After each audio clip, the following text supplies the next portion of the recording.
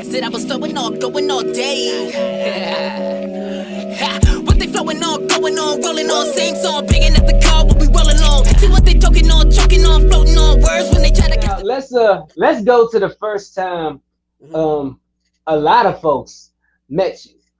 Okay. Now during the pandemic, Yeah. an ad that you had went Yo, viral. it went Now viral. it went viral. This is the first time I saw you, and Yo. that's how I'm like, look at this. Now, granted, this is how I remember. This is how I remember. I'm on IG Yeah. doing my thing, Right, right, right. promoting, and I see many producer Yeah. saying, "Hey, I got this beat pack."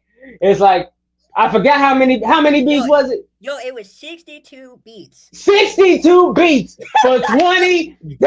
I saw I'm my like, man. even I said it's like even I Is this said, all real? right, what's the catch? What's the catch, 62 right? dang beats for I know. $20. What is the catch? I know. I know. But that joint spread like wildfire. I could not Yeah, go well, nowhere on the without internet seeing me. without seeing you, bro. Yeah. Yeah. So, for one, what made you, firstly, let's start from the beginning. What made Okay. you come up with an idea of a sound pack deal such as that? Oh, because I was struggling financially. Like I was going through it. Okay, so this could have been, this is the real story. Because in the video marketing wise, I mean, I did want to help artists. However, that was not my. I was needing some money, and I said, "Well, we just gonna have to do what it do because like this is what it is." So, funny story. My fiance, she had given me $6 for a pizza, and that's when I told myself, this is probably the time to get your life together because I don't like to ask anyone for anything. First of all, I'd rather starve than ask someone for anything, especially money. Like, oh, that's like, I don't know. It doesn't matter who it is. I just don't like to ask for money. Like, I'm really like to do it myself. But I was just at a point where, for whatever reason, that just wasn't working out. And so my friend, the same one who convinced me to put myself online as far as content, he was like, "Man, I'm doing this funnel thing and you should do it." I said, "I got nothing to lose." I mean, I seriously don't. I have nothing to lose. Like, so he told me how to set it up and I stayed up until 2 in the morning. I said, "Man, I don't think I stayed up until 2 in the morning to do something like that since that moment." So I set it up and I used this software called ManyChat, which is like a Facebook Messenger thing where you can send out broadcast messages to like an audience. And so I sent it out and I made $200 that day. And I said, "Oh boy, okay, we might got something here, right?" So I'm like, "Man, I'm about to run ads." I don't know. I was ready to jump into it, right? So I said, "I'm gonna run ads." So the first ads that I ran that probably no one saw because they were terrible. Like I ran them and they performed horribly. And then I was like, okay, this is not working. So let's try a different strategy. So I recorded that video that you saw, and that was one take. Okay, I had no idea. I was nervous. I had no idea. I was just gonna say whatever I had to say, because I'd never made a video for an ad, as I specified in the video. Like even in my intro, I said I've never made a video for an ad before with my face in it. So wish me luck.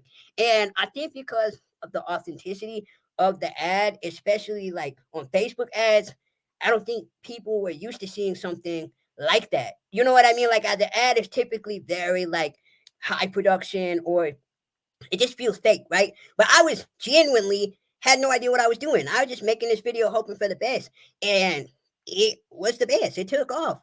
And that video got 1.3 million views. And for a Facebook ad, that's crazy. And I got to connect with so many artists. My best friend who's my best friend now. He's someone who bought the beat pack. And so a lot of great things came from that. I had Tiffany Evans on a song that I had in that beat pack, Young LA. So things really worked out for me, which is really I'm grateful for it. But that came from a moment of struggle and ended in a place of like, okay, once it got to a certain point, obviously I was like, oh man, let's really, help artists. And I started making more packs and stuff. But it didn't start out that way. Although I do like helping artists, that was just not my I was just trying to figure out like what can I do because I felt like I only had so many kind of options, especially with accessibility. It wasn't like, oh, I can go to a studio and like have someone come. There was just a lot of variables. So I wanted to make an online product, and it just so happened that that was the online product that fell into my lap because of my friends. So That was it and worked out. That was dope, and that's like a fire outcome, like that. Yeah, it really is. That's a fire, and granted, I think that's when you really found your niche because how Yeah. you delivered that video. It made me watch the whole thing all the way through. And it I was a wanted to- 2-minute I wa- long ad. Man. And I watched all 2 minutes of it. I That's was the thing. like, if you ask anybody about like ads, like they tell you the video shouldn't be like longer than a minute. Mine was 2 dang minutes, you know. But it also came with a lot of bullying though, and I think that really got to me. I feel like Yeah. it stopped being fun once like you got thousands and thousands and thousands of comments, right? Because it don't really matter, you know, if it's a few here and there, it's like all right, you know what I mean? But like there would just be like super hateful comments, not even the natural ones, you know what I mean? Like people would just say really terrible stuff, and so my Yeah. ad accounts got shut down because of it, you know. Mm. And so that really affected my business financially, and that is the honest reason why I had to start running Facebook ads, because I would have still ran that ad, but because I dealt with like so much bullying, people probably reported that, you know, all these things. Right. And so that's the thing that is kind of like a catch-22 with Right. being out there, especially in this space, because people aren't used to seeing someone like me do an ad. They probably never saw anyone that looked like me and might not ever see anyone that, you know, as a recent. So that kind of sucked, to be honest, because like I really felt like at a certain point I was really helping artists. Like I had thousands and thousands of artists on my email list, and people were just really mean. Like so that was tough. I feel like that was the toughest part. Like it was cool that it was successful, but there was also just a lot of like really bad energy with that. So at a certain point I was glad that I stopped that pack like pushing it so hard, because it just became a lot mentally, you know, because like people can Yeah. tell you to ignore stuff, but once you have a viral video and you gotta like manage all that stuff, you know, people are emailing you and like all these other things, it kind of messes with you. So